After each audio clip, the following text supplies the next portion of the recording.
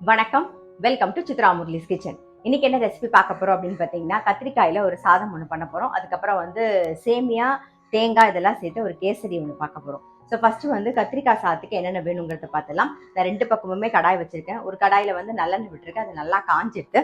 So first தாளிக்க வேண்டியதை பார்த்துடலாம். கடுகு, உளுத்தம்பருப்பு, ஒரே ஒரு பச்சை மிளகா, வெங்காயம், பெரிய சைஸ்ல ஒரு வெங்காயம், கொஞ்சம் கருவேப்பிலை.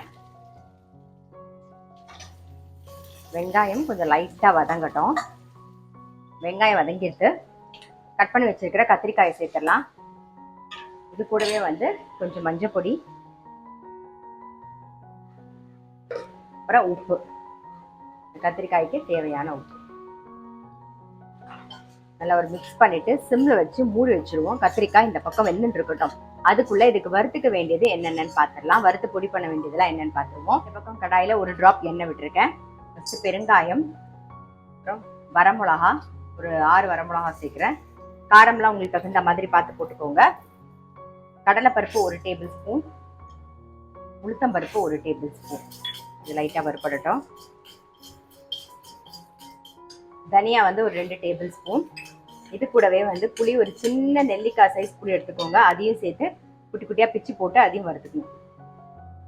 நான் புளி வறுத்துக்கிறேன் இல்லையா, நீங்க புளி தண்ணி இருந்தது அப்படின்னா அதை நீங்க கத்திரிக்காயிலையும் போட்டு கூட கொஞ்சமா புளி தண்ணி விட்டு அதை நீங்க வதக்கிக்கலாம். இந்த மாதிரி பொடி அரைச்சு ரெடியா வச்சிருந்தீங்க, எல்லா கடலைப்பருப்பு, தனியா அதெல்லாம் சேர்த்து ரெடியா வச்சிருந்தீங்கன்னா உடனே ரைஸ் பண்ணிடலாம். அப்படி இல்லை, இப்போ நீங்கள் யூஸ் பண்ணிட்டு மிச்சம் இருந்தது அப்படின்னா கூட அதை நீங்கள் கோவக்காய் கறிலாம் பண்ணும்போது அதுக்கு யூஸ் பண்ணிக்கலாம். கோவக்காயும் உருளைக்கிழங்கும் சேர்த்து நீங்கள் ரைஸ் பண்ணிங்கன்னா ரொம்ப டேஸ்ட்டாக இருக்கும், அதுக்கு கூட யூஸ் பண்ணிக்கலாம். ஸோ இந்த வறுத்து பொடி ரெடியாக இருந்ததுன்னா எந்த சாதம் வேணாலும் டக்குன்னு பண்ணிடலாம். தேங்காய் ஒரு 2 டேபிள் ஸ்பூன் சேர்த்துக்கலாம். நான் ஃப்ரெஷ் தேங்காய் தான் சேர்க்குறேன். கொப்பரை இருந்ததுன்னா நீங்கள் கொப்பரை கூட சேர்த்துக்கலாம். அவ்வளோதான்.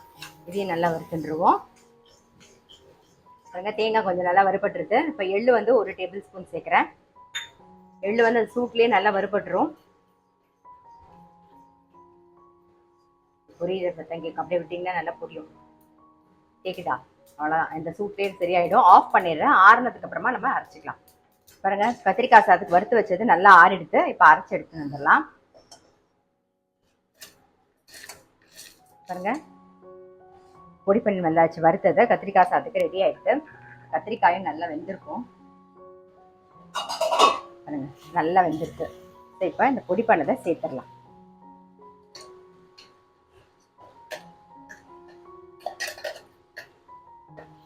நல்லா மிக்ஸ் பண்ணிடுவோம். கத்திரிக்காய்க்கு வறுத்து வச்சிருந்த பொடியும் சேர்த்து பாருங்க, வறுத்து வச்சிருந்ததை பொடி பண்ணி சேர்த்தாச்சு. இப்போ சாதம் நல்லா உதிர வடிச்சு வச்சிருக்கேன், அதையும் சேர்த்துறேன். நல்லா மிக்ஸ் பண்ணுவேன். சாதம் வடிக்கும் போதே கொஞ்சம் உப்பு போட்டிருக்கேன். ஸோ கத்திரிக்காயில எல்லாம் உப்பு போட்டிருக்கிறதுனால 2 பேலன்ஸ் ஆகி பர்ஃபெக்டா வந்துடும். இப்போ இதுக்கு என்ன பண்ண போறோம்னா, மேலாக 1 ஸ்பூன் நெய் விட்டு மிக்ஸ் பண்ணிடலாம். ரொம்ப டேஸ்டா இருக்கும்.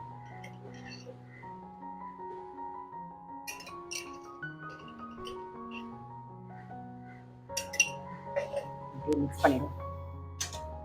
பாருங்க, இதுக்கு மேலாக நீங்க முந்திரி பருப்பு வேணும்னா வறுத்து போடலாம். ஸோ நம்ம டெய்லி நித்த சமைக்கிறதுனால நான் முந்திரி பருப்பு எல்லாம் போடல. இப்போ யாராவது கெஸ்ட் வராங்க அப்படின்னா கொஞ்சம் ஸ்பெஷலா இருக்கணும்னா நீங்க மேலாக கொஞ்சமா நெய்ல முந்திரி பருப்பு வறுத்து சேர்த்துக்கோங்க. இதுக்கு கொஞ்சம் கொத்தமல்லி சேர்த்தா இன்னும் நல்லா இருக்கும். அதனால நான் கொத்தமல்லியும் சேர்த்துறேன். நல்லா மிக்ஸ் பண்ணிட்டோம்னா நம்மளுடைய கத்திரிக்காய் சாதம் ரெடி. அவ்வளவுதான். ரொம்ப சிம்பிள், நல்ல டேஸ்டா இருக்கும். கத்திரிக்காயும் உருளைக்கிழங்கும் சேர்த்தும் நீங்க பண்ணி பார்க்கலாம் இந்த மாதிரி.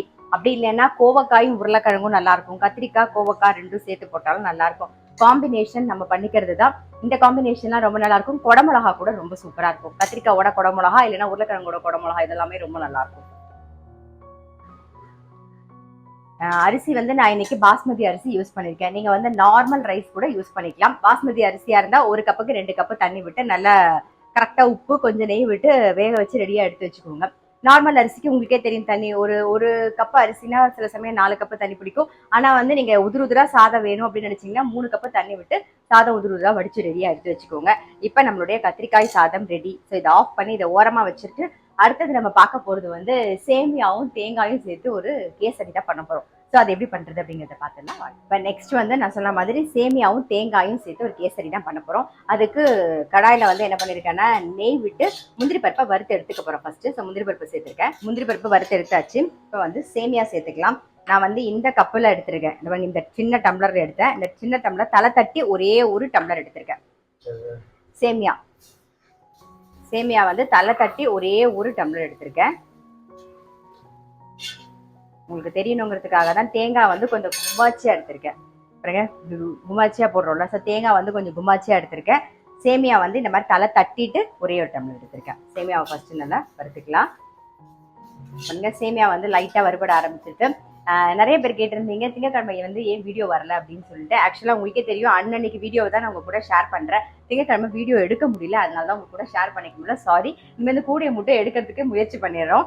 பாருங்க, இந்த பக்கம் பாருங்க, சேமியா வந்து நல்லா வந்து வறுபட்டுருது.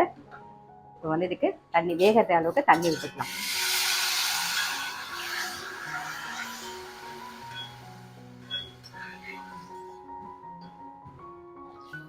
மூடி வச்சிருவோம், வேகட்டும். அதுக்குள்ள என்ன பண்ணிக்கலாம்னா, தேங்காய் இருக்கு இல்லையா, தேங்காய் எடுத்து வச்சிருக்கிற தேங்காவை மிக்சி ஜார்ல போட்டு ஒரு ஓட்டு ஓட்டிக்கலாம். நம்ம தேங்காவை போட்டு ஒரு ஓட்டு ஓட்டியாச்சு. இது கூடவே வந்து நம்ம என்ன பண்ண போறோம்னா, ஒரு 1.5 கப்பு வந்து வெல்லம் எடுத்துக்க போறோம். 1.5 கப்பு வெல்லத்தை சேர்த்து அரைச்சிக்க போறோம். கல்லு மண்ணு இல்லை அப்படிங்கிறதுனால நான் சேர்த்து அப்படியே அரைச்சிக்கிறேன். அப்படி இருந்தது அப்படின்னா லைட்டா கொஞ்சமா, ரொம்ப தண்ணி விட்டுறாதீங்க, கொஞ்சமா தண்ணி விட்டு வடிகட்டிட்டு அதுக்கப்புறமா வந்து அதுல சேருங்க.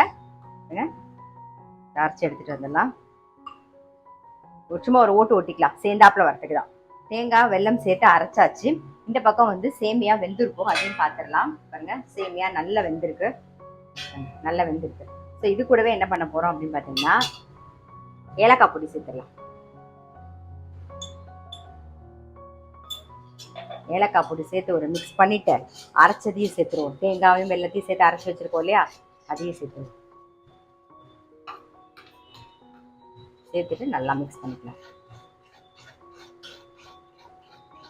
இது வரைக்கும் நம்ம வந்து நெய் சேர்க்கவே இல்லை. ஸோ அது நல்லா சேர்ந்து வரதுக்காக அப்பப்போ கொஞ்சம் நெய் சேர்த்துட்டா போதும். இப்போ நல்லா மிக்ஸ் பண்ணிட்டு கொஞ்சம் நேரம் கழிச்சு நெய் சேர்த்துக்கலாம். கலரி வரும்போது நெய் சேர்த்துக்கணும். அப்படியே சேர்ந்தாப்புல வந்துட்டு, தேங்காய் வந்து நீங்க அரைச்சி போட்டாதான் சேர்ந்தாப்புல வரும், இல்லைன்னா வாயில திப்பி திப்பியா ஆப்பிடும். அதனால தேங்காயை நல்லா அரைச்சிட்டு போடுங்க. இப்போ பாருங்க, இதுல நெய் சேர்த்துக்க போறோம். நம்ம முதல்ல முந்திரி பருப்பு வறுத்தும் போது தான் நெய் சேர்த்தோம், அதுக்கப்புறம் நெய்யே சேர்க்கல, இப்பதான் சேர்க்கிறோம். ரொம்ப நல்லா இருக்கும் இந்த கேசரி, ரொம்ப டேஸ்டா இருக்கும். இன்னும் ஒரு ஸ்பூன் நெய் விட்டுக்கலாம். பாருங்க, இந்த மாதிரி பாகு வெல்லம் எங்க கிடைக்குதுன்னு கேட்டுட்டு இருக்கீங்க. மில் ஹவுஸ்ல கிடைக்குது, நான் அங்கதான் வாங்கினேன். நான் உங்களோட நம்பரை வந்து டிஸ்கிரிப்ஷன் பாக்ஸ்ல உங்களுக்கு தந்துடுறேன். இந்த மாதிரி பாகு வெல்லம் அவர்கிட்ட கிடைக்குது, ரொம்பவே நல்லா இருக்கும் அந்த வெல்லம். அதுல கல்லு மண்ணெல்லாம் எதுவுமே இருக்காது. நான் சொன்ன மாதிரி நீங்க அப்படியே சேர்த்துடலாம், அது ரொம்ப முக்கியம். கல்லு மண்ணெல்லாம் எதுவுமே இல்லாதனால நீங்க டக்குன்னு நான் சொன்ன மாதிரி அப்படியே சேர்த்துலாம், இல்லைன்னா நீங்க கரைச்சி வடிகட்டி அது மாதிரி சேர்த்துட்டு இருக்கணும்.